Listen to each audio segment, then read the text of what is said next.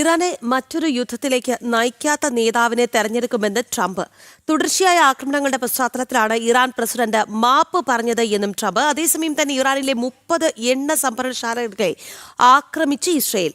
എണ്ണ സംഭരണശാലകളിൽ വൻ അഗ്നിബാധ. അതിനിടെ ഇറാൻ ഡ്രോൺ ആക്രമണ ശ്രമം തകർത്തതായി സൗദി. 15 ഡ്രോണുകൾ തകർത്തതായിട്ടാണ് അവകാശവാദം. വിവരങ്ങളുമായി ഇന്റർനാഷണൽ ഡെസ്കിൽ നിന്ന് പ്രജിത് മോഹനാണ് നമുക്കൊപ്പം ചേർന്നത്. പ്രജിത്ത്, ഇന്നലത്തെ രാത്രി അത് വളരെ നിർണായകമായ രാത്രിയായിരുന്നു. എന്തായാലും ട്രംപ് ഈ ആക്രമണം ഒരിക്കലും അവസാനിക്കാൻ പോകുന്നില്ല, പ്രത്യേകിച്ച് ഈ മുജ്തബയൊന്നും ഞാൻ അംഗീകരിക്കാനേ പോകുന്നില്ല എന്നുള്ളതായിരുന്നു ട്രംപിന്റെ ഒരു രീതി. അതോടൊപ്പം തന്നെ ഇറാൻ GCC രാജ്യങ്ങളെ ആക്രമിക്കില്ല എന്ന് പറഞ്ഞിട്ടും അവിടെ വീണ്ടും സ്ഫോടന ശബ്ദങ്ങൾ കേട്ടു. മരണം റിപ്പോർട്ട് ചെയ്തിട്ടുണ്ട്. എങ്ങനെയാണ് നിലവിലത്തെ ഒരു സാഹചര്യം? ഇറാൻ വാക്ക് നൽകി അത് ലംഘിച്ചു എന്നുള്ളതാണ് ഇതിൽ ഏറ്റവും എടുത്തു പറയേണ്ട ഒരു കാര്യം. കാരണം ഇറാൻ പ്രസിഡന്റ് തന്നെ ഇനി GCC രാജ്യങ്ങളെ തങ്ങൾ ആക്രമിക്കുകയില്ല എന്ന് പറഞ്ഞിട്ട് മണിക്കൂറുകൾക്കുള്ളിൽ ആ നിലപാടുകളൊക്കെ മാറ്റി പറയുന്ന സാഹചര്യം, അല്ലെങ്കിൽ പറഞ്ഞ വാക്കിന് ഒരു വിലയുമില്ലാത്ത രീതിയുമായിട്ടൊക്കെയാണ് ഇപ്പോൾ ഇറാൻ മുന്നോട്ട് പോകുന്നത് എന്നുള്ളതാണ്. എന്തായാലും GCC രാജ്യങ്ങളിൽ തുടർച്ചയായ ആക്രമണങ്ങൾ ഉണ്ടാകുകയും അതിൽ മരണങ്ങൾ സംഭവിക്കുകയും ഒക്കെ ചെയ്തിരിക്കുന്നു എന്നുള്ളതാണ് ഏറ്റവും പുതിയതായിട്ട് വരുന്ന റിപ്പോർട്ടുകളിലൂടെ സൂചിപ്പിക്കപ്പെടുന്നത് എന്നുള്ളതാണ്. ഇതിൽ എന്തായാലും ഇനി എത്രത്തോളം ഈ GCC രാജ്യങ്ങൾ ഈ നിയന്ത്രണം തുടരും എന്നടക്കമുള്ള കാര്യങ്ങളിലാണ് ഇനി വ്യക്തത വരേണ്ടത്. പക്ഷെ കാരണം പ്രതിഷേധങ്ങൾ ഈ രാജ്യങ്ങളിലൊക്കെ ഉണ്ടാകുന്നുണ്ട്. അവിടുത്തെ സാധാരണക്കാരാണ് കൊല്ലപ്പെടുന്നതൊക്കെ. നമ്മൾ മനസ്സിലാക്കുന്നതനുസരിച്ച് ഏറ്റവും പുതിയതായി കൊല്ലപ്പെട്ടത് ഒരു പാക് സ്വദേശിയാണ് എന്നുള്ളതാണ്.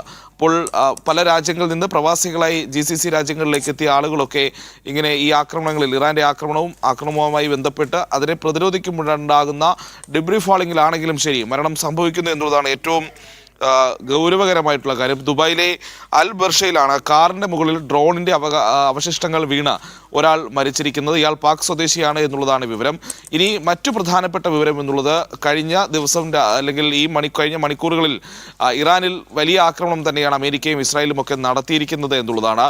ഇസ്രായേൽ IRGCയുടെ 30ഓളം വരുന്ന ഇന്ധന ടാങ്കറുകൾക്ക് നേരെ, ഇന്ധന സംഭരണ കേന്ദ്രങ്ങൾക്ക് നേരെ ആക്രമണം നടത്തി എന്നുള്ളതാണ് അവസാനമായി പുറത്തു വരുന്ന വിവരം. ഇതിൽ വലിയ തീയാളി കത്തുന്നതിൻ്റെ ദൃശ്യങ്ങളൊക്കെ ഇപ്പോൾ പുറത്തു വരുന്നുണ്ട്. കാരണം ടെഹ്റാനിലൊക്കെ വലിയ 30 സംഭരണ കേന്ദ്രങ്ങളിൽ ഒരേ സമയം ആക്രമണം നടത്തിയെന്ന് പറയുമ്പോൾ അത്രയധികം ഇന്ധന ശേഖരമാണ് ഒറ്റയടിക്ക് അഗ്നിക്കിരയായത്. അതിൽ വലിയ തീനാളങ്ങൾ നഗരങ്ങളിലൊക്കെ ഉയരുന്നതിൻ്റെ ദൃശ്യങ്ങളാണ് ഈ ഘട്ടത്തിൽ പുറത്തു വന്നിരിക്കുന്നത് എന്നുള്ളതാണ്. എന്തായാലും വലിയ തിരിച്ചടി നൽകുമെന്ന് ഇറാനൊക്കെ പ്രഖ്യാപിച്ചു കഴിഞ്ഞു. അതോടൊപ്പം തന്നെ ഈ ഗൾഫ് മേഖലയിലെ രാജ്യങ്ങൾ അമേരിക്കയും ഇസ്രായേലിനെയും ഒക്കെ പ്രതിരോധിക്കാൻ തയ്യാറാകണമെന്നുള്ളൊരു സ്റ്റേറ്റ്മെൻറ്റും ഇറാൻ്റെ ഭാഗത്ത് നിന്ന് വന്നതായിട്ടാണ് നമ്മൾ മനസ്സിലാക്കുന്നത്. അപ്പോൾ സ്വാഭാവികമായും ഒരു വശത്ത് വലിയ രീതിയിലുള്ള ആക്രമണം ഇറാനും ഈ GCC രാജ്യങ്ങൾക്കെതിരെയും ഇസ്രായേലിനും അമേരിക്കയ്ക്കെതിരേക്കും ഒക്കെ നടത്താൻ ഇറാൻ ശ്രമിക്കുന്നുണ്ട്. പക്ഷേ അതെല്ലാം പ്രതിരോധിക്കപ്പെടുന്നുമുണ്ട്. അപ്പോഴും ഈ അപകടങ്ങളിൽ, പ്രത്യേകിച്ച് ഡിബ്രി ഫാളിങ്ങുമായി ബന്ധപ്പെട്ടുള്ള അപകടങ്ങളിൽ ജീവൻ നഷ്ടമാകുന്ന സാഹചര്യമാണ് GCC രാജ്യങ്ങളിൽ ഉണ്ടായിക്കൊണ്ടിരിക്കുന്നത്. ഇറാനിലാകട്ടെ അമേരിക്കയും ഇസ്രായേലും നടത്തുന്ന ആക്രമണത്തിൽ കനത്ത നാശനഷ്ടങ്ങളും റിപ്പോർട്ട് ചെയ്യപ്പെടുന്നുണ്ട്. പ്രത്യേകിച്ച് IRGCയുടെ ഇന്ധന സംഭരണ കേന്ദ്രങ്ങൾ കൂടി ആക്രമിക്കപ്പെട്ടതോടുകൂടി അവരുടെ സായുധ സൈനിക ശേഷിയൊക്കെ കൂടുതൽ പരുങ്ങലിലാകുന്ന സാഹചര്യമായിരിക്കും ഉണ്ടാകുക. എന്തായാലും ട്രംപ് വീണ്ടും ചില പ്രഖ്യാപനങ്ങളുമായിട്ടൊക്കെ വന്നിട്ടുണ്ട്. ട്രംപ് പറയുന്നത് ഈ സൈനിക സംവിധാനത്തിലല്ലാതെ ജനങ്ങൾ ആഗ്രഹിക്കുന്ന തരത്തിലുള്ള ഒരു നേതാവിനെയൊക്കെ ഇറാനിൽ ഇരുത്തും, അല്ലെങ്കിൽ ഇറാൻ്റെ അധികാരത്തിലേക്ക് കൊണ്ടുവരുമെന്നുള്ളതാണ് പറയുന്നത്. അദ്ദേഹം പറയുന്നത് ഇങ്ങനെയാണ്: ഇറാനെ മറ്റൊരു യുദ്ധത്തിലേക്ക് നയിക്കാത്തൊരു നേതാവിനെ ആയിരിക്കും ഇനി ഇറാനിൻ്റെ അധികാരത്തിലേക്ക് കൊണ്ടുവരിക. അദ്ദേഹം നേരത്തെ തന്നെ പറയുന്നുണ്ട്, ഇപ്പോഴത്തെ ഇസ്ലാമിക് റെജിമെൻറ്റിൻ്റെ ഭരണം അത് പൂർണ്ണമായും അവസാനിപ്പിച്ച് അവരെ നാമാവശേഷമാക്കിയ ശേഷം ഇറാൻ്റെ പുനർനിർമ്മാണത്തിനടക്കം അമേരിക്കയും സഖ്യകക്ഷികളുമൊക്കെ നേതൃത്വം നൽകുമെന്ന് നേരത്തെ ട്രംപ് പറഞ്ഞിരുന്നു. അതോടൊപ്പം തന്നെ എല്ലാവർക്കും ഇഷ്ടമുള്ള, അല്ലെങ്കിൽ എല്ലാവരും ആഗ്രഹിക്കുന്ന തരത്തിലുള്ളൊരു സർക്കാർ സംവിധാനം അവിടെ അധികാരത്തിലെത്തുമെന്നും ട്രംപ് പറഞ്ഞിരുന്നു. അതിന് പിന്നാലെയാണ് ഇപ്പോൾ ഇറാനെ മറ്റൊരു യുദ്ധത്തിലേക്ക് തള്ളിവിടാത്ത ഒരു നേതാവ് ഇറാൻ ഉണ്ടായിരിക്കും, അല്ലെങ്കിൽ അങ്ങനെ ഒരു നേതാവിൻ്റെ കയ്യിൽ ഇറാനെ ഏൽപ്പിക്കുമെന്നൊക്കെയുള്ള സ്റ്റേറ്റ്മെൻറ്റ് ഈ ട്രംപിൻ്റെ ഭാഗത്ത് നിന്ന് വരുന്നു. അതോടൊപ്പം തന്നെ മറ്റൊരു പ്രധാനപ്പെട്ട വിഷയം, ഈ ഇറാൻ യുദ്ധവുമായി ബന്ധപ്പെട്ട് അമേരിക്കയും അമേരിക്കയുടെ ദീർഘകാല സഖ്യകക്ഷിയുമായിട്ടുള്ള ബ്രിട്ടനുമായിട്ടുള്ള വലിയൊരു ചേരിപ്പോരിലേക്ക്, അല്ലെങ്കിൽ ബ്രിട്ടനുമായിട്ടുള്ള വലിയൊരു തർക്കത്തിലേക്ക് അമേരിക്ക പോവുകയാണ് എന്നുള്ളതാണ് ഈ ഘട്ടത്തിൽ എടുത്തു പറയേണ്ട മറ്റൊരു പ്രധാനപ്പെട്ട വിഷയം എന്നുള്ളത്. കാരണം ഈ യുദ്ധത്തിൽ അമേരിക്കയോടൊപ്പം പങ്കാളിയാവാൻ ആദ്യഘട്ടത്തിൽ ബ്രിട്ടൻ തയ്യാറായിരുന്നില്ല. ബ്രിട്ടൻ ഏതെങ്കിലും രീതിയിൽ ഇറാനെതിരെ ആക്രമണത്തിൽ പങ്കാളിയാവില്ല എന്നുള്ളത് ബ്രിട്ടീഷ് പ്രധാനമന്ത്രി അടക്കം പ്രഖ്യാപിക്കുന്ന സാഹചര്യവും ഉണ്ടായി. പക്ഷേ ട്രംപിൻ്റെ ഒരു ട്രൂത്ത് സോഷ്യൽ പോസ്റ്റ് ഏറ്റവും അവസാനമായി വന്നിരിക്കുന്നത് ഇങ്ങനെയാണ്: യുണൈറ്റഡ് കിങ്ഡം, അതായത് UK അമേരിക്കയുടെ ഒരു വലിയ സഖ്യകക്ഷിയായിരുന്നു.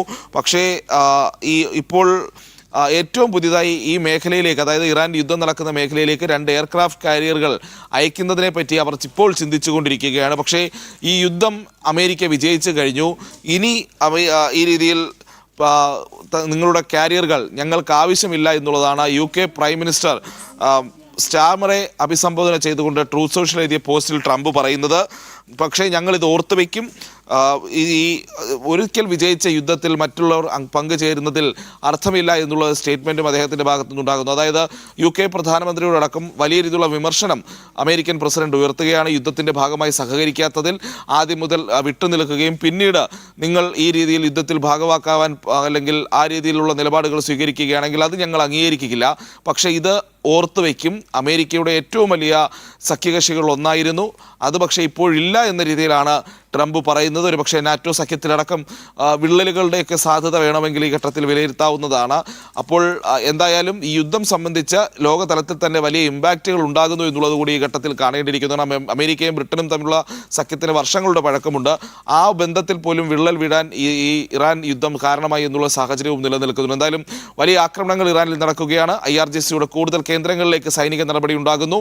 അപ്പോഴും തിരിച്ചടി ഒറ്റപ്പെട്ടതെങ്കിലും ഇറാന്റെ ഭാഗത്ത് നിന്നുണ്ടാകുകയും അതിനെ പ്രതിരോധിക്കാനും GCC രാജ്യങ്ങൾ തയ്യാറാകുന്നുണ്ട്.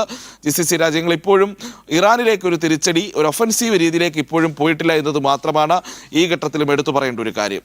പക്ഷേ പ്രജിത്ത്, ഈ വാക്ക് പാലിക്കുന്നില്ല ഇറാൻ. കഴിഞ്ഞ ദിവസം പറഞ്ഞത് GCC രാജ്യങ്ങൾ ഇനി ആക്രമിക്കില്ല, ഞങ്ങളെ അടിച്ചാൽ ഞങ്ങൾ തിരിച്ചടിക്കും. അത് GCC രാജ്യങ്ങൾക്ക് ഈ ആക്രമണത്തിൽ യാതൊരു പങ്കുമില്ല എന്നുള്ളത് വാസ്തവം. പക്ഷേ ഇറാൻ ഈ GCC രാജ്യങ്ങളെ ലക്ഷ്യമിടുമ്പോൾ, അതായത് നേരിട്ട് അമേരിക്കയിൽ ഒരു ആക്രമണം സാധ്യമല്ല, അതുകൊണ്ട് തന്നെ GCC രാജ്യങ്ങളെ കയറി ആക്രമിക്കുക, അവിടെ ദുബായിലൊക്കെ ഒരു മരണമടക്കം റിപ്പോർട്ട് ചെയ്തിട്ടുണ്ട്. ഈ ഒരു സാഹചര്യത്തിൽ എന്ത് തന്നെയായാലും അമേരിക്ക ഇപ്പോഴത്തെ ഈ ഒരു സൈനിക നടപടി അത് അവസാനിപ്പിക്കാൻ തയ്യാറുമല്ല. ഈ ഒരു സ്ഥിതി തുടർന്നാൽ അത് എത്ര നാൾ ഈ ഒരു സംഘർഷാവസ്ഥ മുന്നോട്ട് പോകുമെന്ന് ഇപ്പോൾ നമുക്ക് കൃത്യമായി പറയാൻ സാധിക്കില്ല. എങ്കിൽ പോലും ഇത് മറ്റ് രാജ്യങ്ങളെ കൂടി ബാധിക്കുന്ന വിഷയമാണല്ലോ. ഇനി അധികകാലം ഈ പറയുന്ന രീതിയിൽ GCC രാജ്യങ്ങളെ ഇറാൻ ആക്രമിക്കുകയാണെങ്കിൽ അവർ കയ്യും കെട്ടി നോക്കിയിരിക്കില്ല എന്ന് തന്നെ പറയേണ്ടിയിരിക്കുന്നു. കാരണം കുവൈറ്റ് ഒക്കെ വലിയ പ്രതിസന്ധിയിലേക്ക് പോകുന്ന സാഹചര്യങ്ങൾ സൃഷ്ടിക്കപ്പെടുകയാണ് എന്നുള്ളതാണ്. കുവൈറ്റ് ഏറ്റവും അവസാനമായി കുവൈറ്റിൻ്റെ ഭാഗത്തു നിന്നുണ്ടായിരിക്കുന്നത് അവരുടെ ഇന്ധന ഉൽപ്പാദനം അവർ വെട്ടിക്കുറച്ചു എന്നുള്ളതാണ് പ്രധാനപ്പെട്ട ഒരു വാർത്തയായി പുറത്തു വരുന്നത്. ഈ ഇറാൻ യുദ്ധത്തിൻ്റെ പശ്ചാത്തലത്തിൽ ഇനി ഈ രീതിയിലുള്ള ആക്രമണങ്ങൾ നടക്കുന്ന പശ്ചാത്തലത്തിലാണ് ഇന്ധനവും അതോടൊപ്പം തന്നെ LNG പോലെയുള്ള നാച്ചുറൽ ഗ്യാസ് അടക്കമുള്ളവയുടെ ഉൽപ്പാദനവും വെട്ടിക്കുറയ്ക്കാനുള്ള ഒരു തീരുമാനത്തിലേക്ക് പോകുന്നത്. മറ്റ് പ്രദേശങ്ങളിൽ പ്രത്യേകിച്ച് ഖത്തറിൽ നിന്നും ഇറാഖിൽ നിന്നുമൊക്കെയുള്ള ഉൽപ്പാദനങ്ങളും ഈ ഘട്ടത്തിൽ നിർത്തി അല്ലെങ്കിൽ കുറയ്ക്കുന്നതിലേക്ക് കാര്യങ്ങൾ പോയിരുന്നു. അതിന് പിന്നാലെയാണ് ഇപ്പോൾ കുവൈറ്റും അവരുടെ എണ്ണ ഉൽപ്പാദനം കുറയ്ക്കുന്ന സാഹചര്യം ഉണ്ടാകുന്നത്. മറ്റൊരു പ്രധാനപ്പെട്ട വിഷയം എന്നുള്ളത് സൗദി വലിയ മുന്നറിയിപ്പ് ഇപ്പോൾ ഇറാന് നൽകിയിരിക്കുന്നുണ്ട്. കാരണം ഈ രീതിയിൽ ആക്രമണം തുടരുകയാണെങ്കിൽ തിരിച്ചടി ഉണ്ടാകും, അല്ലെങ്കിൽ തങ്ങൾ വെറുതെ ഇരിക്കില്ല എന്ന രീതിയിലൊക്കെയുള്ള പരാമർശങ്ങൾ സൗദിയിലെ പ്രധാനപ്പെട്ട നേതാക്കളുടെ ഭാഗത്ത് നിന്നുണ്ടായിരിക്കുന്നു എന്നുള്ളതാണ് പറയുന്നത്. ഈ നിലവിലത്തെ സാഹചര്യത്തിൽ തങ്ങളുടെ എണ്ണ ഉൽപ്പാദന കേന്ദ്രങ്ങളിലേക്കും പ്രത്യേകിച്ച് സൗദിയുടെ അരാംകോ അടക്കം ആക്രമിക്കപ്പെടുന്ന സാഹചര്യം ഉണ്ടായിരുന്നു. അതോടൊപ്പം തന്നെ ജനവാസ മേഖലകളിലേക്കുമൊക്കെ ആക്രമണം തുടർന്നാൽ തിരിച്ചടിക്കാൻ തങ്ങൾ ബാധ്യസ്ഥരാകും എന്ന രീതിയിലുള്ള സ്റ്റേറ്റ്മെൻറ്റാണ് ഈ പറയുന്ന ഭാഗത്ത് അല്ലെങ്കിൽ സൗദി അറേബ്യയുടെ ഭരണാധികാരികളുടെ ഭാഗത്ത് നിന്നുണ്ടായിരിക്കുന്നത് എന്നുള്ളതാണ് റോയിട്ടേഴ്സ് അടക്കമുള്ള മാധ്യമങ്ങൾ ഈ ഘട്ടത്തിൽ റിപ്പോർട്ട് ചെയ്യപ്പെടുന്നത് എന്നുള്ളതാണ്. എന്തായാലും തിരിച്ചടി ഉണ്ടാവുകയാണെങ്കിൽ അത് GCC രാജ്യങ്ങളുടെ ഭാഗത്തു നിന്നുകൂടി ഇറാന് വലിയ തിരിച്ചടി അല്ലെങ്കിൽ ഒരു ആക്രമണം ഉണ്ടാവുകയാണെങ്കിൽ അത് മേഖലയെ വലിയ അശാന്തിയിലേക്ക് നയിക്കുമെന്നുള്ള കാര്യത്തിലും തർക്കമില്ല. ഇപ്പോൾ തന്നെ വലിയ പ്രശ്നങ്ങളും ആശങ്കയാണ് എന്നുള്ളതാണ്. എന്തായാലും ഈ സ്ഥിതി അത് അധിക നാൾ തുടർന്നു കൊണ്ടുപോകാൻ സാധിക്കില്ല എന്നുള്ളതും വാസ്തവമാണ്. എന്തായാലും ഈ ഒരു സംഘർഷം മറ്റ് രാജ്യങ്ങളെ കൂടി ബാധിക്കുന്നു എന്ന് വരുമ്പോഴാണ് സ്ഥിതി കൂടുതൽ സങ്കീർണമാകുന്നത്. പ്രജിത് മോഹനാണ് ഇന്റർനാഷണൽ ഡെസ്കിൽ നിന്ന് വാർത്തയുടെ വിശദാംശങ്ങൾ നൽകിയത്.